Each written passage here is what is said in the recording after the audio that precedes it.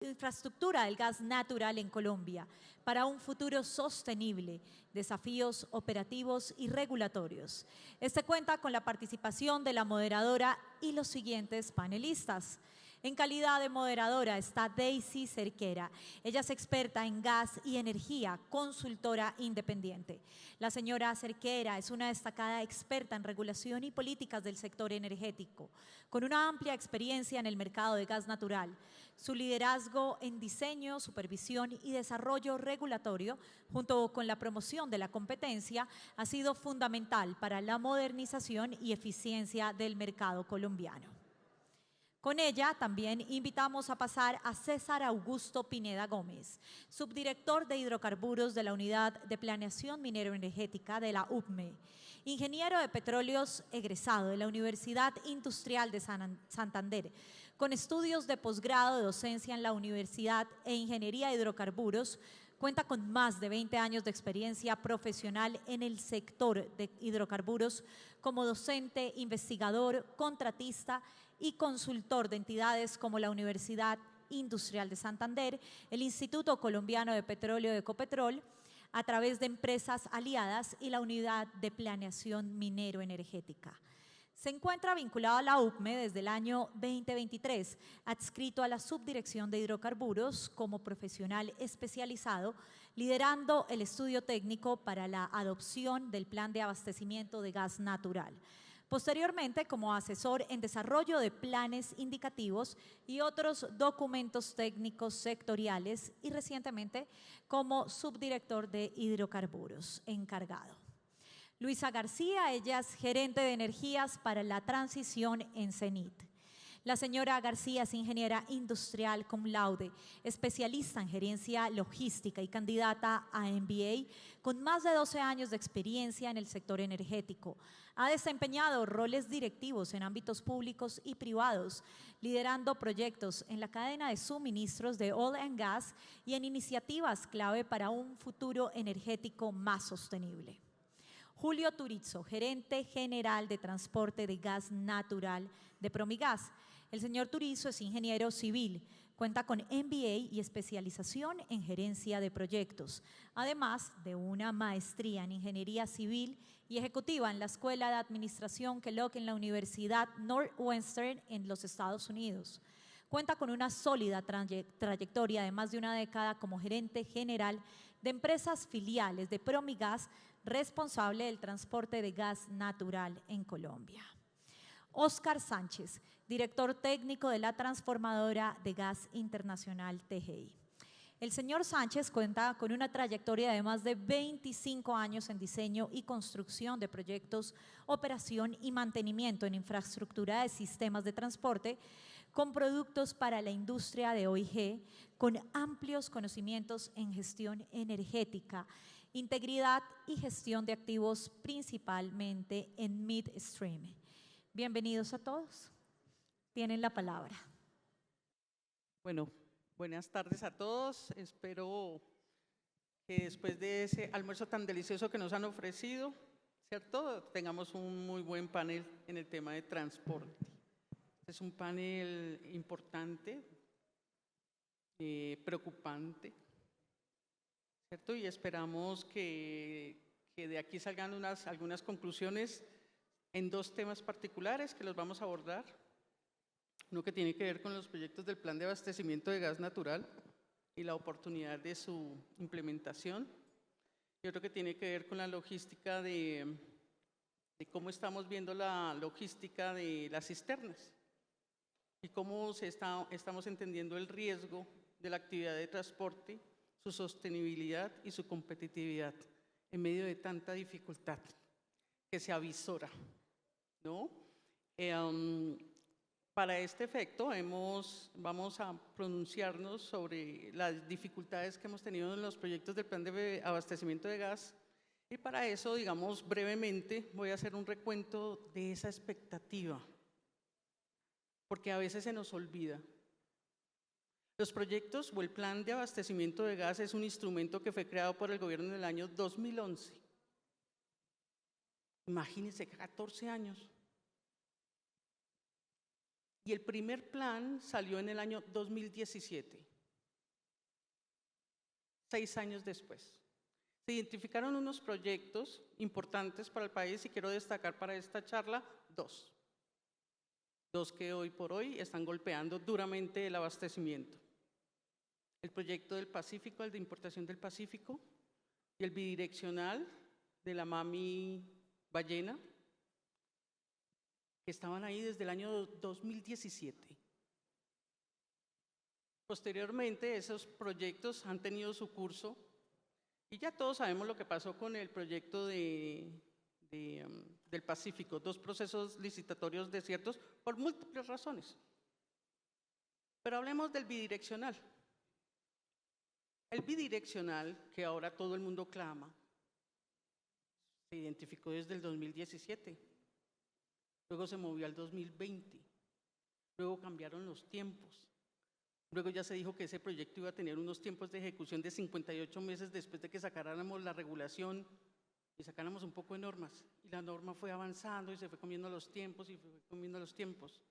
Recuerdo que ese bidireccional, me puedo equivocar en eso, porque no lo revisé, pero era 2024. 2026. Y los tiempos de los procedimientos administrativos asociados a la aprobación de este proyecto creo que nadie los ha imaginado ni los imaginamos. Y bueno,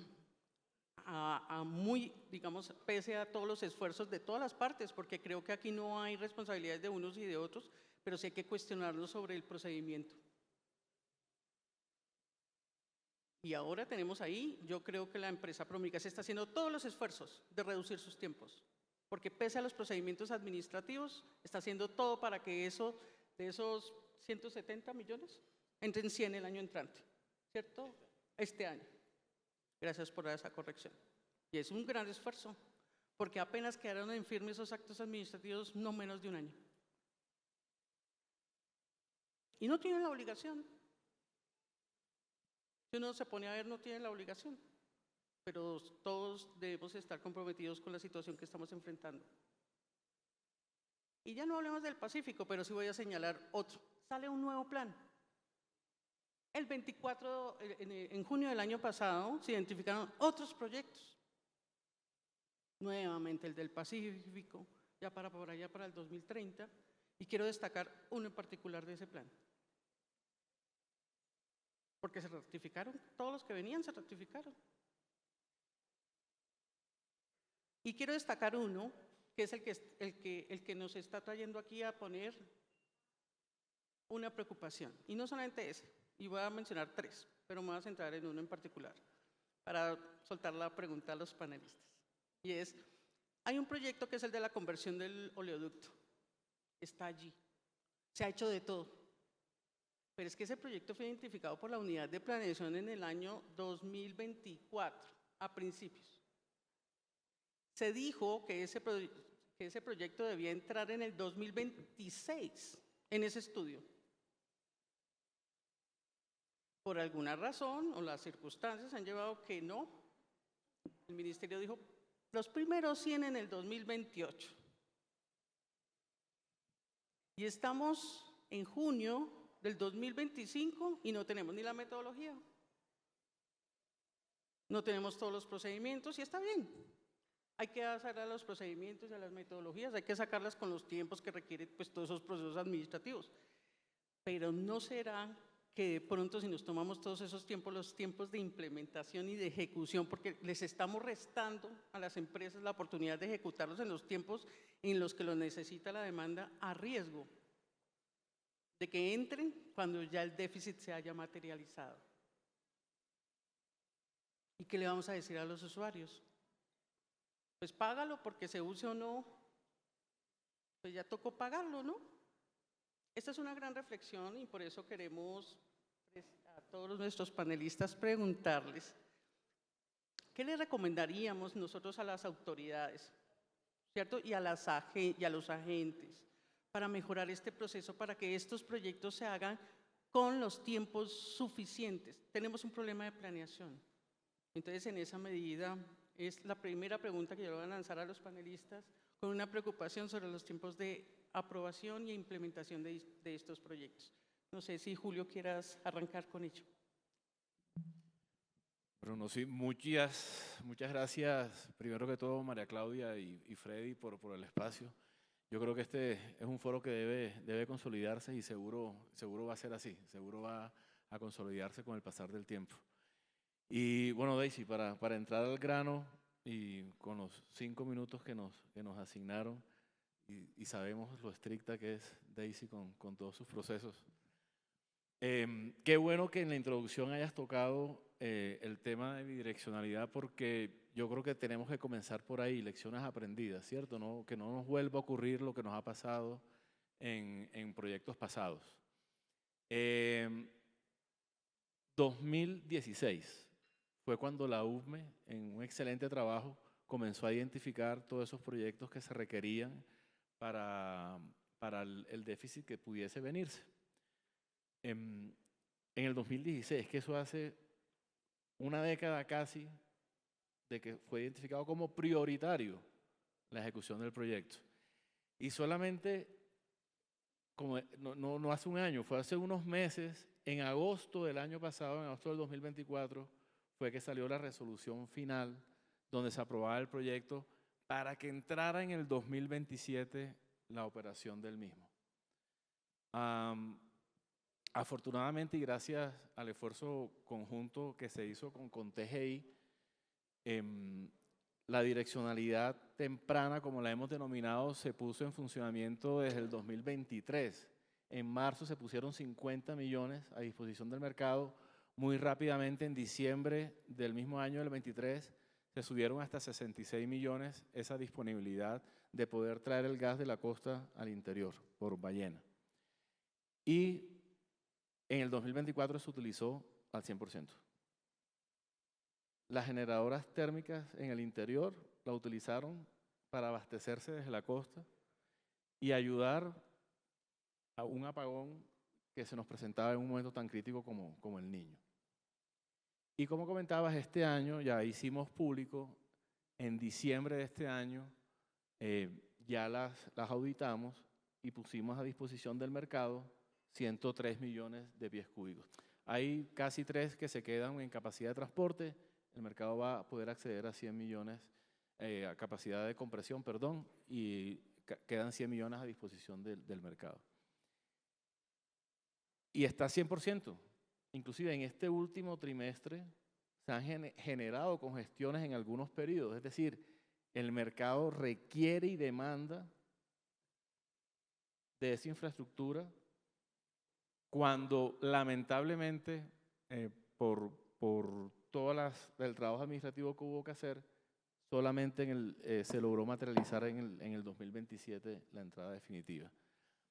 Es un esfuerzo, como dices tú, creo que es importante, vuelvo y te digo, el mercado ha hablado, hay mayores solicitudes a esa capacidad, pero bueno, afortunadamente está ahí y pensemos que hubiese sido del 2024 o qué estuviera pasando en esta época con este escenario de déficit en la oferta que tenemos. Entonces, si es una lección aprendida, la coordinación entre los agentes es fundamental, el Ministerio, la CREC, la UVME.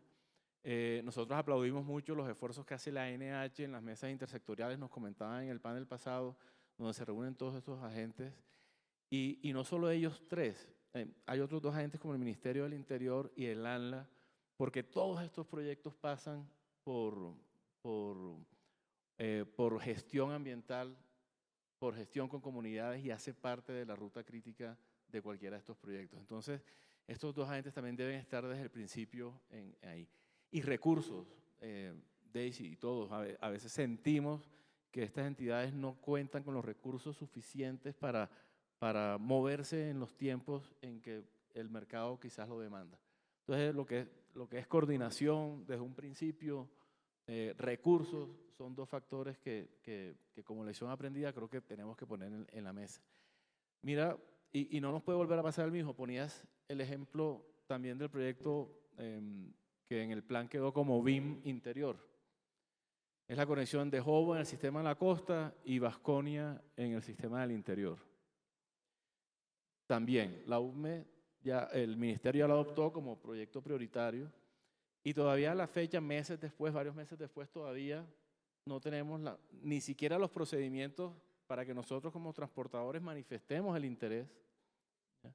Las metodologías, en este caso, que incluye la conversión de un oleoducto a gasoducto, todavía no tenemos las metodologías para ver cómo se remuneran esos activos y las metodologías de evaluación todavía no están. Y todas esas metodologías se necesitan para poder tomar decisiones de inversión.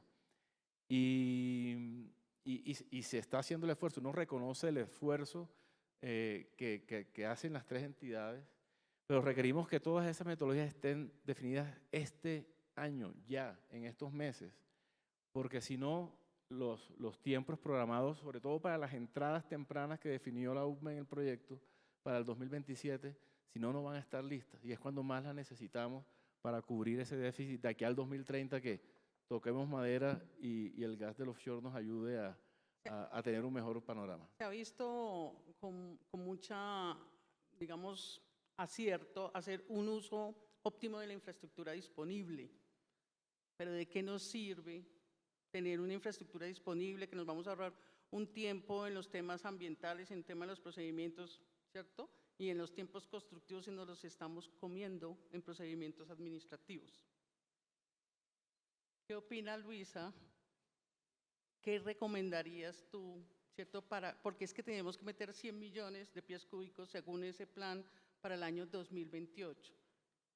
¿Qué haríamos? Porque es que yo lo único que veo, digamos, es casi todos los proyectos que están en ese plan del 2025 tienen unas fechas a 58 meses y a esos tienen todo, pero ese en particular, ese proyecto, si uno lo mira bien, es el proyecto más importante de ese plan de abastecimiento, más allá de los de importación de gas que están después del 2030. ¿Tú cómo ves? ¿Qué recomendarías? Bueno, primero muchísimas gracias María Claudia por este espacio y a Freddy también por habernos invitado, porque hemos hablado mucho de la molécula, pero la molécula necesita llegar al usuario y conectar esas fuentes de suministro con el consumo. Y este momento, cuando dimensionamos esa infraestructura de transporte, pues la infraestructura necesita habilitar esas autopistas para que muchas de las señales de los productores puedan darse e incluso de cualquier fuente, sea onshore, sea offshore, en el corto, mediano, es decir, los proyectos de producción necesitan tener la autopista habilitada para poder desarrollar los proyectos en los tiempos en los que los necesitamos. Y sea cual sea la fuente de producción, el proyecto que acabas de mencionar, y lo mencionaba Julio también, el Valle Inferior del Magdalena, tiene unas señales muy importantes y tal vez sí es el proyecto más importante de infraestructura de transporte que en este momento tenemos. ¿Por qué?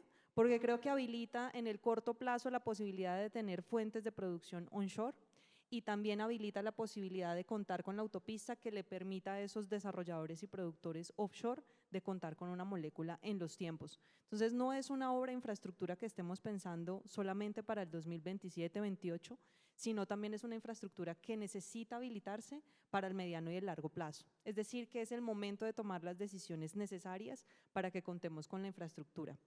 ¿Qué hemos venido haciendo? Yo creo que yo señalo que es un trabajo arduo del segmento transporte que venimos haciendo en el Grupo Ecopetrol, y era identificar cuál es esa infraestructura que podemos disponer para que existan esas rutas de evacuación.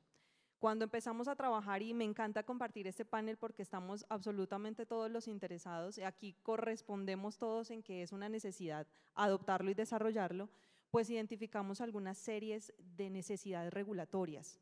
Hablemos de la reconversión. La reconversión de infraestructura no es nueva ni en Colombia ni en el mundo. En el mundo es una tendencia a la que ya se está llevando la infraestructura para aprovecharla. Cualquier proyecto de infraestructura independiente de los esquemas regulatorios necesita muchísimo tiempo para desarrollarse y también un impacto ambiental, económico mucho más alto que reconvertir una infraestructura. Entonces, cuando identificamos cómo hacemos la reconversión de infraestructura en el marco regulatorio del transporte de gas, surgen algunas necesidades para que se habilite. Y ahí sí quiero resaltar el trabajo de todas las entidades del Gobierno Nacional, especialmente del Ministerio de Minas y Energía, con la Comisión de Regulación y la UPME, porque han sido muy abiertos para identificar la posibilidad de hacerlo y, segundo, de habilitarlo. Yo resalto dentro de esa hoja de ruta el decreto 1467 que logramos obtener en diciembre, que le dio esa cabida que la reconversión sea parte y habilite los proyectos del plan. Porque cuando nos sentamos con las autoridades nos dicen, pero ¿cómo lo hacemos en un marco tan regulado? ¿No? Entonces, Entonces aparece este decreto 1467 que celebramos en diciembre, pero de ahí para acá vienen muchos retos y modificaciones que necesitamos habilitar. ¿Y qué necesitamos para poder llegar? Como todos sabemos, y cualquier proyecto, necesitamos desarrollarlo, sancionarlo y contar con unas señales de inversión que nos permitan ponerlo en el 2027, el cuarto Q. Lastimosamente el tiempo viene estrechándose y cuando vemos el tiempo en el momento ya estamos solamente a 6 meses para poder sancionarlo. ¿Para qué necesitamos esta sanción? Necesitamos que puedan darnos esa señal de remuneración y la asignación de un proyecto. Eso es básicamente lo que necesitamos. ¿Qué se ha venido identificando en las necesidades y qué podemos hacer? Pensar de forma disruptiva y entre todas las entidades de gobierno poder hacer el trabajo conjunto. En este momento ya tenemos un plan de abastecimiento de gas adoptado donde la obra está priorizada, es la primera obra del plan de abastecimiento en cumplir su fecha de entrada o puesta en operación y ahí necesitamos que existan los vehículos que mencionó Julio. Uno, necesitamos una remuneración, definir las reglas claras para reconvertir la infraestructura y cómo esa remuneración se ve aquí asimilada.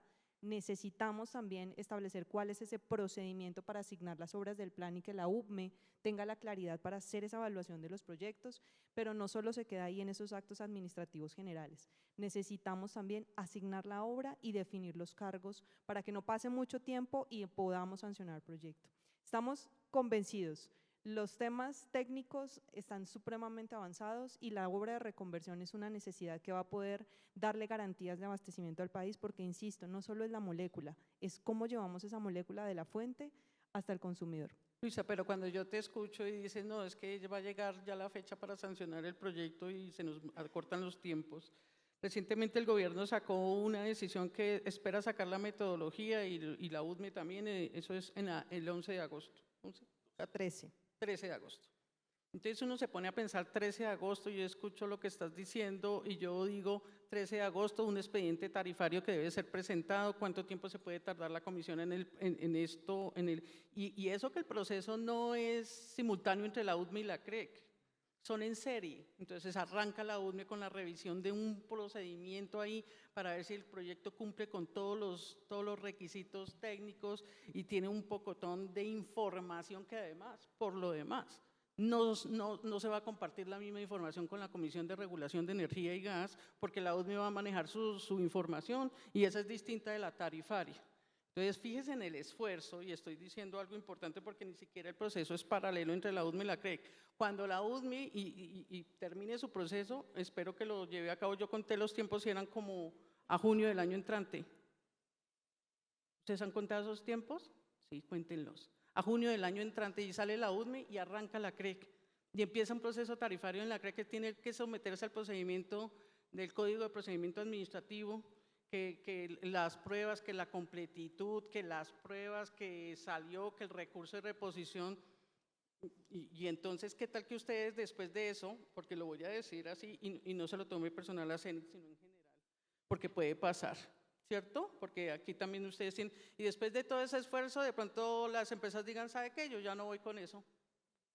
Porque puede pasar, ya no voy con eso, entonces que la UDME saque un procedimiento, porque eso lo dice el proceso, que saque una convocatoria en el año 2027 porque no llegamos, y el país cómo está, y los proyectos de importación cómo están, y las ampliaciones cómo están. Entonces, aquí digamos es no pretendo sino sensibilizar sobre los tiempos de los procedimientos administrativos. Sí, hay ideas y creo que las mencionaste. En este momento es pensarnos cómo lo hacemos diferente y entendemos, uno, que los procesos son lineales y la estrategia puede ser porque no trabajamos en paralelo. Ambas entidades haciendo una evaluación técnica y una evaluación desde el punto de vista financiero para poder llegar con una viabilidad técnica de que esa es la solución que necesita la obra de infraestructura y por otro lado hagamos en paralelo la revisión del análisis tarifario del proyecto. Entonces, creemos que eso es un proceso de optimización y dos, yo creería que lo otro también que podemos ir avanzando es en poner en firme los actos administrativos. Es decir, primero, pongámoslos en firme, trabajemos en paralelo, estamos listos para poder avanzar con la información técnica requerida porque no hemos parado un solo día de trabajar para esa información y podamos reducir los tiempos y no, perdónenme la expresión, un poco pelotearnos los proyectos. Entonces, yo te respondo, tú me haces una aclaración, te lo devuelvo, sino tal vez una mesa integrada en la cual podamos discutir los temas técnicos y avancemos rápidamente con la información. Yo creo que también resalto, y yo sé que está aquí nuestro compañero en la UME, y créanme que la posición de la UME siempre ha sido la más favorable, pero en este momento necesitamos herramientas disruptivas y paralelas que nos permitan evaluar técnicamente esos proyectos, darle las herramientas a la unidad de planeación para que avance y lleguemos a diciembre con una muy buena noticia para el proyecto. Y yo agregaría, y me robo un minutico, te lo devuelvo, Daisy, en la próxima, pero yo también agregaría, para mantener ese mismo hilo, hay un plazo importante en el procedimiento que está establecido ahora, que son 90 días, donde desde que tú manifiestas el Así es. interés y puede correr esos 90 días para que comience la evaluación luego de 90 días. Como Luisa decía, se viene adelantando un trabajo importante y una de las propuestas, pensando por fuera de la caja, es por qué, si yo estoy listo como transportador y al día 1 yo ya puedo presentar mi manifestación, ¿por qué esperar 90 días si no comience la evaluación de una vez? Ahí estamos hablando de 3 meses. Entonces, sí pueden haber propuestas que nos acorten el tiempo para poder llevar esto a buen término. Y es yo para todo. no dejaría, sí, y yo no dejaría por fuera, de todos modos, el tema ambiental. La conversión facilita el tema, pero el oleoducto necesita conectarse a los sistemas de transporte. Eso requiere modificaciones de licencias, requiere gestión de comunidades. Y ahí también necesitamos la interacción con la autoridad ambiental en forma permanente. Un caso es, por ejemplo, SPEC. SPEC en el plan de abastecimiento, también creo que es uno de los proyectos más relevantes que tenemos en el plan de abastecimiento. Bueno, ya logramos colocar 50 este año, 25 salen en septiembre adicionales, pero los 58 adicionales para alcanzar los 533 finales que están programados para septiembre del 2027 también requieren de una ampliación del ducto que conecta a SPEC con el sistema de transporte. Y eso pasa por un licenciamiento ambiental. Y lo mismo, si no logramos que la autoridad reconozca la urgencia del tema, ahí vamos a tener también complejidades para llegar al... Y Oscar, ustedes están en unos proyectos un poquito más de tiempo, ¿cierto? Pero aún así siento que ya se están comiendo los tiempos. Así es. Bueno, buenas tardes. Muchísimas gracias por la invitación. Realmente es un honor compartir con ustedes en este panel y sobre todo el tema que a todos nos convoca. Estaba haciendo cuentas aquí de los 8.000 kilómetros de Zenit, de los miles de kilómetros de Promigas, de los 4.000 de infraestructura que tiene TGI. Realmente, si uno mira el mapa, y ustedes todos se lo saben de memoria, estos 15.000 kilómetros de ductos son un valor muy importante que tiene el país y que tenemos que sacarle el jugo. Nosotros tenemos un uso de infraestructura en este momento de apenas del 52%. Eso es un indicativo de que hay algo que no estamos utilizando plenamente. Nuestras compresoras están utilizadas un 25%. ¿Sí? Obviamente es un poco la disminución de la demanda, que por el otro lado no nos está ayudando mucho, pero también es un llamado a pensar, como tú decías, Luisa, de manera, salgámonos de la caja. O sea, este procedimiento en serie definitivamente no es el más ágil. En este momento estamos a punto de terminar un par de iPads en Pradera y Venadillo para complementar las necesidades en algunos sectores del Valle y de Tolima hacia el Huila, que son unos proyectos que se presentaron inicialmente en TG en el 2017, con esas cuentas que tú hacías. Y estamos corriendo para terminarlos ahorita en octubre. Y digo corriendo porque al final, después de 8 años, el tiempo de ejecución fue de 1 año y 3 meses. Entonces, no está bien, digamos, hay algo en el modelo que no está bien, tenemos que revisarlo entre todos, seguramente. Hay que sacarle todo el provecho a lo que tenemos. Esto de las reconversiones, pues es lo que se necesita, digamos. La transición energética es un bonito discurso, pero que en la práctica conlleva reconversiones. Hay 2 o 3 ductos que tienen en este momento Zenit transportando líquidos que perfectamente se pueden adecuar y que serían de gran valor, que están en el plan de abastecimiento de gas natural que estamos todos muy pendientes y que son de gran valor para transportar gas, que cruzan por Cúcuta, que cruzan, que pudieran conectar el Pacífico y resolver esta ecuación que no tiene solución todavía de la importación por el Pacífico, más allá del que ya pues, se ha hablado, digamos, para conectar Coveñas con el centro del país. incluso si uno dibujara el mapa completo de infraestructura, realmente de carambola sale una resolución de confiabilidad. Porque si lo miramos bien, en este momento nuestro sistema no tiene no hay plan B para Bogotá, no hay plan B para Medellín, no hay plan B para Cali, no hay plan B para las grandes ciudades. Cartagena tiene plan B tal vez. Entonces, si hacemos el mapa de nuevo y lo revisamos con cuidado, realmente la infraestructura del gas podría tener tanto las ampliaciones que estamos soñándolos como unas soluciones de confiabilidad sin tener que hacer grandes nuevas líneas ni grandes intervenciones. Y conversándolo con ANLA y conversándolo con todas las autoridades, seguramente que hay unas soluciones óptimas en tiempos óptimos que pues con los procesos UME y CREG podemos lograr antes del 2030. El PAGN se puede lograr antes del 2030. Yo he tenido una preocupación de cara a todo el proceso en esta pregunta, y esta preocupación se la voy a transmitir también a César, desde la UDMI, y es tanto control previo, digamos, en el tema de la aprobación, que por supuesto yo no estoy diciendo que no sea necesario, pero de pronto hay un momento en donde toda esa verificación de las condiciones técnicas del proyecto va a ser posteriormente verificada por un auditor. Esos controles previos para la verificación del proyecto, luego los tarifarios y luego viene un auditor y todo el tema de costos y todo el tema de si el proyecto cumplió o no cumplió con lo de la UDME. ¿Tú no crees que eso sea redundante? ¿Tú no crees que deberíamos eliminar ese control previo y el posterior? O por lo menos uno de esos, nos estaremos ahorrando un pocotón de tiempo. Porque el del auditor, el posterior, tiene otros tiempos para verificar si el proyecto cumple o no con todo cuando entre en puesta en operación. ¿Cómo ves eso? Bueno, primero que todo, muchas gracias por la invitación. Extender un cordial saludo de parte de Manuel Peña, director de la entidad que por motivos de fuerza mayor no nos pudo acompañar ahora. Primero quisiera retomar algunos aspectos que mencionaron los compañeros y me tomo unos segundos pues, después de pronto para ir directamente a tu pregunta. ¿Sí? Y lo primero es resaltar que desde la UME estamos muy satisfechos con todo el efecto que ha generado el trabajo que hemos realizado en estos últimos años.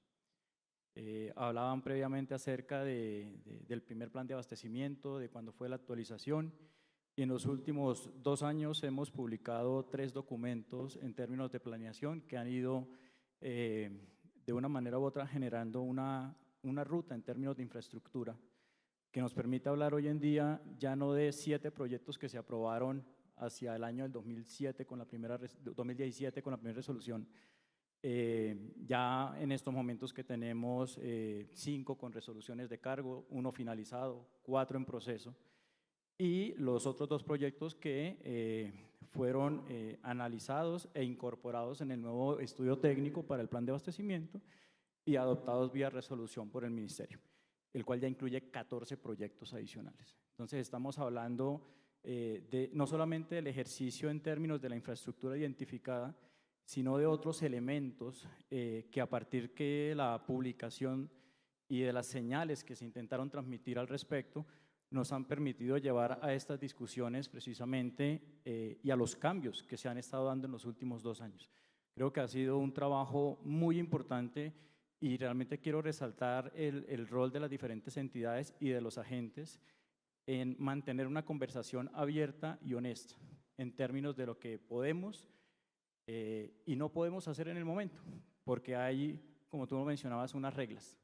Hay unas reglas y la UME como una entidad adscrita dentro del sector elabora un rol. De hecho, estamos en varias partes de la cadena en términos de la infraestructura, no solamente ahora desde la perspectiva de la identificación y la planeación o previamente a través de las convocatorias, en las cuales en el caso de hidrocarburos o gas natural no hemos alcanzado el éxito esperado. Y ahora pues también a través de un nuevo ejercicio de elevar un concepto técnico que de pronto le permita a las otras entidades acortar los tiempos que antes se tomaban para poder llegar hasta la resolución de cargos. Entonces hay que buscar el valor agregado de cada uno de estos espacios, pero evidentemente los cambios también traen unos retos y en esos retos estamos trabajando interinstitucionalmente en diferentes espacios y con diferentes mecanismos. Mencionaban el comité interinstitucional que está liderando la NH, Desde la UME señalamos la importancia de la creación de un comité asesor de planeación de gas natural. Ya hay un proyecto de resolución que terminó su etapa de comentarios. Y todos estos elementos nos van a permitir tener espacios muy específicos en los cuales vamos a poder llegar a acuerdos muy posiblemente más rápido, porque aquí estamos hablando de celeridad. En los términos y en los tiempos en que está establecido en estos momentos la norma, pues las entidades estamos actuando de la mejor manera posible. Desde la UME, en el marco de esta actividad de emitir concepto y primero pues establecer un procedimiento y ser lo más claros, llamémoslo así, y transparentes en el ejercicio de ese concepto y de esa evaluación hacia los agentes que estén interesados en participar, pues nosotros debemos dar las condiciones para que los agentes posteriormente no sientan que no se les dieron los espacios para emitir el concepto. El objetivo de todo esto es encontrar, en el mejor de los casos, pues un concepto favorable, pero ese concepto favorable también implica unos diseños, una eficiencia, algo que va a repercutir posteriormente cuando la que trabaja el tema de la asignación de cargos en una tarifa. Recordemos que los proyectos del plan de abastecimiento de gas natural se van a remunerar vía tarifa. Y hay una cuestión mandatoria y es, si bien tenemos una coyuntura en el tema de suministro y el efecto que las fuentes de suministro van a generar a nivel de impacto en la tarifa a futuro, pues la infraestructura de transporte se va a tener que remunerar y eso evidentemente va a tener unos efectos. Entonces, la mejor forma de que no se transmitan costos que puedan ser superiores a la capacidad de pago del usuario es tratar de ser lo más eficientes posibles en términos de ese dimensionamiento. Pero en ese punto, precisamente, César, es lo que yo digo, es que como estos proyectos los paga todo el mundo, no importa cuándo entren, porque pues, se toman todos los tiempos para la eficiencia, de pronto los usuarios terminarán pagando por proyectos que no terminan beneficiándolos, porque se llevan los tiempos por estar controlando la eficiencia. Entonces yo digo, puede ser el caso, y ojalá no sea, ¿cierto?, que nosotros hagamos todo este esfuerzo por todos los proyectos del plan de abastecimiento y cuando ya entren, ya el déficit se haya materializado, y pues ¿de qué sirvió la eficiencia? Sí, en últimas lo que estamos haciendo y precisamente esos proyectos es para el aseguramiento de la confiabilidad y el abastecimiento. Es una reflexión, no solamente lo estoy diciendo, porque es muy chévere, comparto contigo, no se puede hacer traslado a los usuarios de los costos eficientes, pero también hay un auditor que está previsto en el procedimiento para hacer esa revisión. Una precisión, el ejercicio de la auditoría dentro del procedimiento es la ejecución del proyecto en el tiempo del desarrollo del proyecto. Así es. Y en los términos en los que quede la resolución que asigna los cargos. Así es. ¿Sí? Evidentemente que obedezca lo que ha sido reconocido en el marco de esa resolución, no para hacer cambios sobre lo que la resolución ha dado. No, de acuerdo. Yo lo que estoy diciendo es que hay unos controles posteriores para hacer control de los costos en los que se incurrieron en los tiempos que se implementaron y si el proyecto cumplió con las características. Entonces yo también veo, digamos, una posibilidad de revisar, por supuesto, ¿cierto?, ese proceso versus el que yo estoy haciendo, porque efectivamente ustedes están ahorita asumiendo un rol en la UDMI, o sea, está asumiendo un rol del que aprendimos con el peritaje dentro de los procedimientos que adelantó la comisión. Complejísimos también los peritajes, porque todo el mundo, ay, no contratemos un perito, es como si eso fuera cualquier cosa. Eso no ha sido fácil tampoco.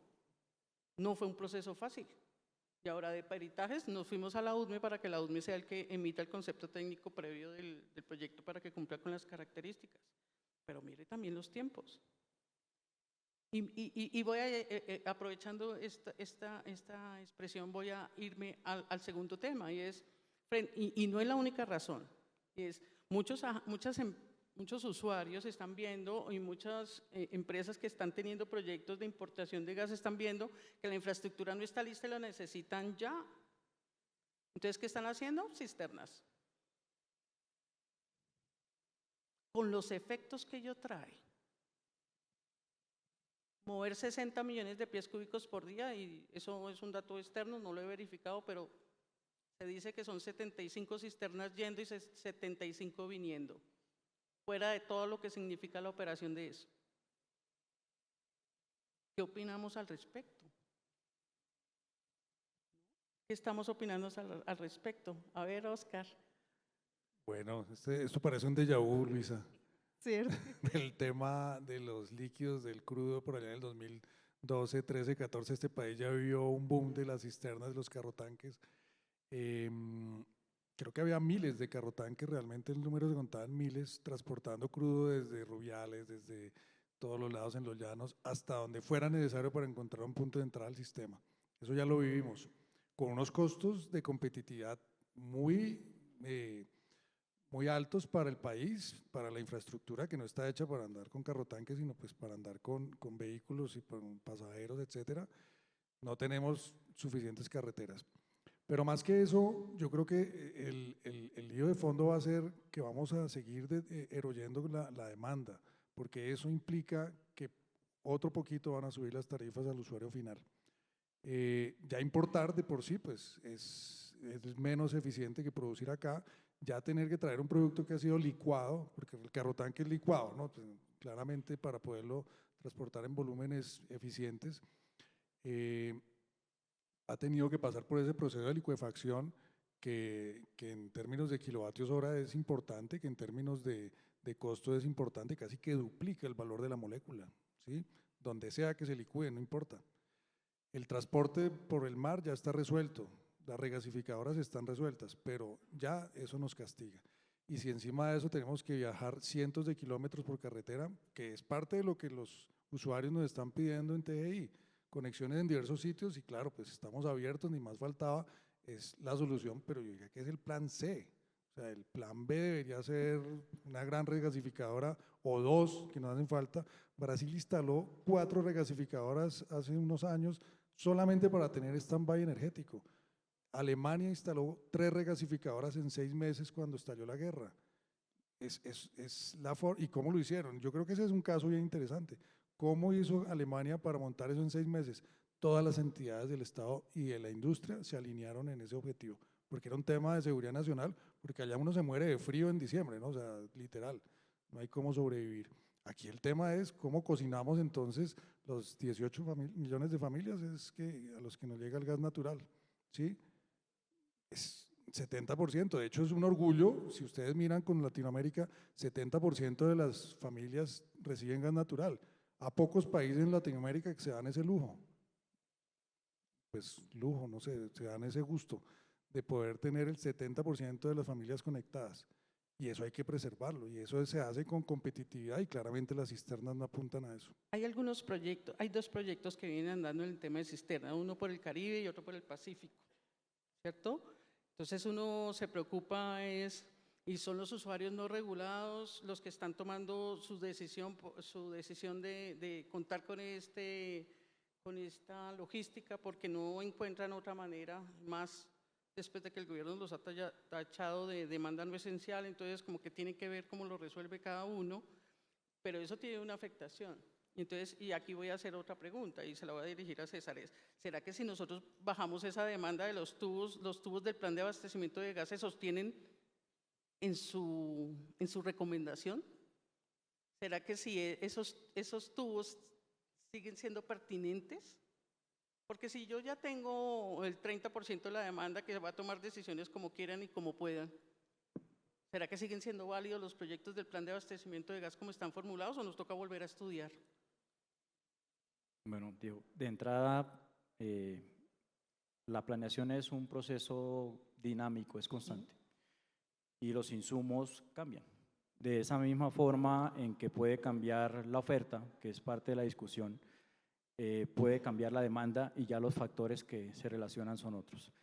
Aquí en el caso particular y por el dimensionamiento, realmente el que estamos hablando en términos de necesidades de abastecimiento futura del país, la planeación ha sido bastante meticulosa y juiciosa en el tema de apostarle a qué proyectos son prioritarios y cuáles proyectos, en la medida en que se vayan desarrollando parte de esas señales, van a entrar también en ese ejercicio de planeación. Les comentaba ahorita de 14 proyectos que fueron adoptados. El estudio técnico también dijo, aquí tengo otros 5 proyectos que en la medida en que podamos resolver parte de estos elementos, pues van a entrar también en el plan de abastecimiento. Respecto a las necesidades, hay que precisar también algo. El plan de abastecimiento no restringe, ni el estudio técnico, la libertad que tienen los agentes de desarrollar soluciones adicionales evidentemente que financieramente les sean rentables, llamémoslo de cierta manera. Eso no está restringido. Y dentro del estudio técnico, y si miramos las cantidades, si nos vamos específicamente a las cantidades, cuando vamos a cantidades muy grandes después de cierto límite, pues no es un negocio, y precisamente por eso es que desarrollamos infraestructura que nos permita amortizarlo y hacerlo factible. Y ahí es donde los sistemas de transporte a través de tubería, gasoductos y dentro de estas discusiones la utilización eficiente de otros sistemas que puedan pasar a gasoductos, que también lo reitero, la discusión empezó a través de las señales del estudio técnico. Y el estudio técnico no dijo explícitamente en su momento, porque la norma no lo establecía, hay que hacer conversión. El estudio técnico dijo, dentro de mi planeación necesito una conexión que vaya de este punto a este punto. Y hay alternativas, y una de esas alternativas puede ser esta, y pues viene un desarrollo posterior al respecto. Entonces, respecto a tu pregunta puntual, ¿pueden cambiar condiciones o no? Es posible. ¿Qué sabemos hasta ahora?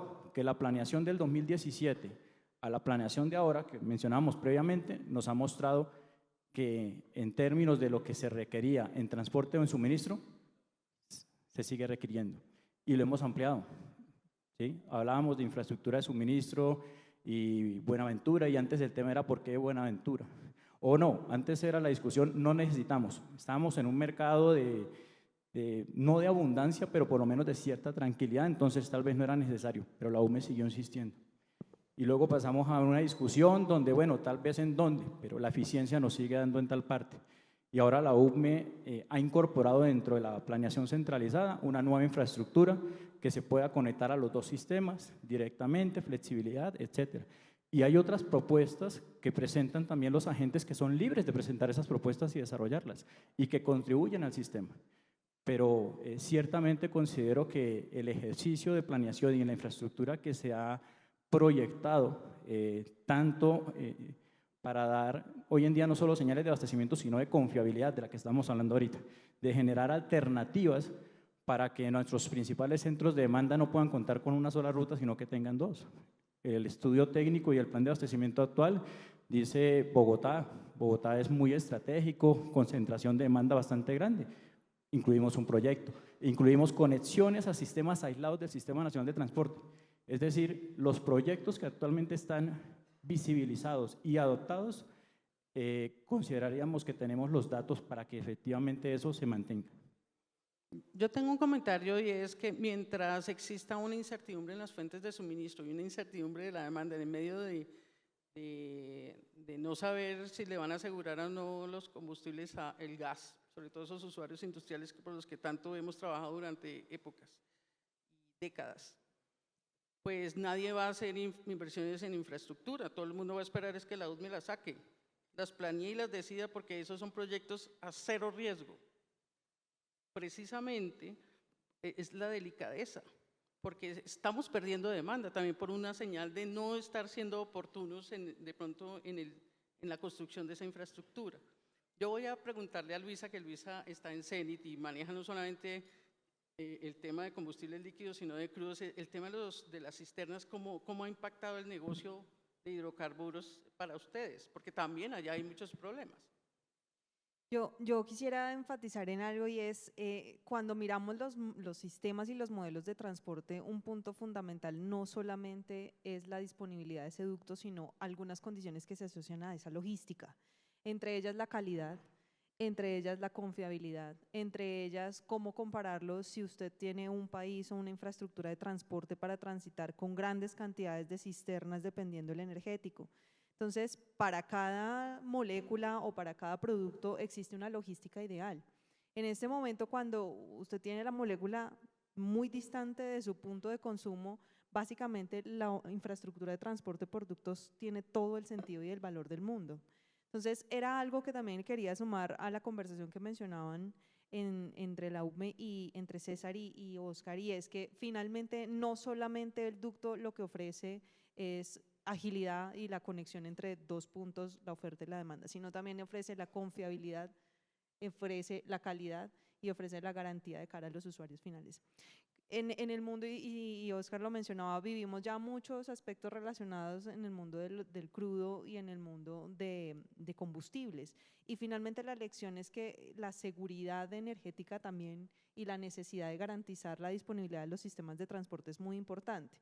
Y otro mensaje que también es clave es asegurar oportunamente las soluciones de transporte, porque si finalmente esa solución de transporte no está disponible en el momento que lo requieras, tampoco puedes restringir a que existan unas soluciones alternativas como son los carrotanques. Entonces, finalmente, si esta situación nos está llevando a pensar en soluciones temporales y escalonadas, es una solución que puede ser positiva ante la necesidad que hoy tienes. Pero el pensamiento de largo plazo y el aseguramiento de poder dimensionar la infraestructura es importantísimo. Tal vez hemos llegado a esta circunstancia porque el dimensionamiento previo no se dio. Entonces creo que es una lección aprendida que hoy tenemos y los ductos creo que no son mal utilizados, porque hoy estamos viendo, hoy hay infraestructura de oleoductos y hoy también tenemos infraestructura de poliductos y hoy la podemos llevar a otro energético y eso es la transición. Y eso es lo que va a seguir sucediendo. Entonces creo que de las lecciones aprendidas que nosotros vemos y cómo incentivar la demanda y asegurar y garantizar que existe la posibilidad de tener esa autopista, pues es fundamental de traer esas mismas lecciones aprendidas al mundo de gas. Y es el momento de tomar esas decisiones. La infraestructura por ductos toma su tiempo, pero si hacemos las reconversiones, 1, y 2, también le apostamos a desarrollar los proyectos de infraestructura de forma rápida y ágil, esos 17 proyectos que hoy están pendientes, entre los cuales no solo son ductos, sino ampliaciones y demás, seguramente podemos ofrecer confiabilidad a un energético tan importante como es el gas. ¿Qué opina Julio? No, gracias. No, tú comenzaste en esta segunda parte hablando de que estos proyectos quizás se iniciaban o tenían su génesis por no tener infraestructura lista. Pero les voy a dar un dato súper curioso, yo, por lo menos para que se vayan con este dato tremendamente curioso. Nosotros en Promigas hemos tenido acercamientos con 12 proyectos de importación, no solo la cisterna, sino 12 proyectos de importación, 12, una docena. Si tú sumas las capacidades de esos proyectos, dime un número.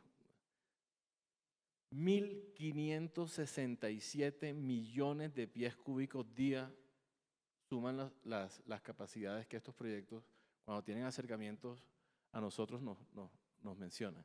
1.567 millones de pies cúbicos. Eso es más que el doble de la capacidad nuestra actual, es más que el doble de la demanda actual del país. Entonces, y en algunos casos, cuando uno va a tratar de modelar, listo, estos van a ser los nuevos flujos, voy a tener capacidad, voy a tener que ampliar capacidad, y tienes estos acercamientos, hay unas preguntas fundamentales. ¿Cuál va a ser tu perfil de entrega? ¿A dónde vas a entregar ese gas? La capacidad de un tubo depende de eso. Y muchos de estos proyectos no la tienen. Entonces, no es solo que la infraestructura, es que ¿qué hago yo? O sea, ¿cómo como transportador, cómo planeo, dónde amplío, dónde traslado mi capacidad de compresión? Es muy complejo, es muy complejo. Entonces, listo, entonces, en este escenario de cultura se abren esta clase de proyectos, listo, entonces listo, me voy por tierra, ¿no? Todo lo que comentó Oscar ya sobre las complejidades de nuestras carreteras, pero es válido, es tratar de encontrar una solución en un espacio de tiempo, una coyuntura. Lo que me preocupa y lo que nos preocupa es que tratando de solucionar un problema coyuntural quizás, podamos estar generando un problema mayor a largo plazo. De acuerdo. Y ahí es cuando, y no es solo nosotros como transporte, es que estos proyectos pueden ir directamente a una industria, te pueden desocupar fácilmente una red de distribución y con las mismas complejidades que comienzas a volver ineficiente la red de distribución que ha tomado años para llevarlas a cabo. Entonces, bienvenidos en un escenario estrecho, bienvenidas todas estas soluciones creativas y en las que hemos tenido nosotros oportunidad de trabajar. Nuestra gran énfasis es lleguemos al sistema de transporte, porque si no todo este conjunto de demanda que va a quedar conectado al sistema de transporte, que es mayoritaria, va a comenzar a pagar tarifas mayores, vas a generar menor competitividad del gas a largo plazo, vas a destruir demanda que después va a ser imposible recuperar. Entonces, por tratar de solucionar algo, una coyuntura bien específica, puntual, puedas estar generando un problema mayor, es nuestra principal preocupación. Entonces, bienvenido a todas estas clases de proyectos, ni más faltaba. Venimos trabajando con algunos de ellos, pero ojalá logremos esa conexión a los sistemas de transporte que va a ser fundamental para la sostenibilidad de lo que todos queremos. Que cuando ya venga el gas, ojo, que tengamos todavía la demanda para atender. Estoy de acuerdo, digamos, con todo lo que han expresado nuestros panelistas. Yo creería que el tema es complejo. Por supuesto, es un tema difícil. Yo he tratado de no señalar específicamente la unidad de planeación. Yo sé que está haciendo su trabajo. Lo entiendo, he sido funcionario público por mucho tiempo y sé que uno siempre quiere hacerlo mejor, pero ojalá en este momento, digamos, y la reflexión para todos los agentes y todos es la oportunidad y la celeridad se está imponiendo para el aseguramiento del abastecimiento, ¿cierto? Y eso pensando en que no vayamos a tener proyectos que paguen los usuarios de los cuales no resulten beneficiarios. Y eso nos tiene que llamar a la reflexión, a una revisión del procedimiento. Yo creería que aquí hay algo bien importante y es, hay que revisar el procedimiento para que por lo menos el de la UDMI y el de la CREC se hagan de manera por lo menos simultánea y no en serie como está pensado. Hay que revisar los temas de la auditoría, los previos y los posteriores, el uso de la información transversal entre las entidades para que no se vuelva repetitiva ni de validación ni hagan parte de los procedimientos administrativos de cada una de ellas. Sí quiero dejar sentado y aquí como una última conclusión es preocupa importantemente que los usuarios estén tomando sus propias decisiones, ¿cierto? A su suerte, ¿cierto? De una logística de transporte terrestre que puede tener a sacrificio de toda la demanda y a sacrificio de todo el negocio unos efectos importantes para todo el costo de prestación del servicio de todos los usuarios. Pero también hay que llamar la atención, digamos, de que estos usuarios están tomando esas decisiones porque el gobierno también los ha calificado como demanda no esencial y en esa medida tampoco les ha ofrecido unos procedimientos y unos mecanismos para que ellos resuelvan y se les asegure la continuidad en la prestación del servicio. Más allá de echarme una reflexión en el tema, la industria en este momento es un sector que está a la deriva y que tenemos que mirar a ver cómo hacemos para que no terminen tomando decisiones que pueden traer mayores problemas a los que vamos a enfrentar en los siguientes 5 años. Eso es todo. No sé si alguien quiera adicionar algo más. Tenemos 2 minutos. Sí, yo solamente resaltar que de verdad la UB me ha hecho un papel maravilloso. Y lo hablábamos antes preparando el panel, de verdad resaltar el trabajo y la labor no es sencillo. No es sencillo, sobre todo en un sector tan regulado y donde existen tantos ajustes y con modificaciones, porque eso es una modificación de la misma logística. Resaltar el trabajo de la UBME y de las demás entidades del Ministerio y de la CREC porque han sido bastante receptivas con el proceso, lo que nos llama es a una tarea conjunta como sector, a ponernos las pilas para poder desarrollar un procedimiento conjunto de apoyarlos porque necesitan toda la información necesaria, técnica, operativa y demás para que saquemos adelante los proyectos de infraestructura. Muchas gracias. No, muchas gracias.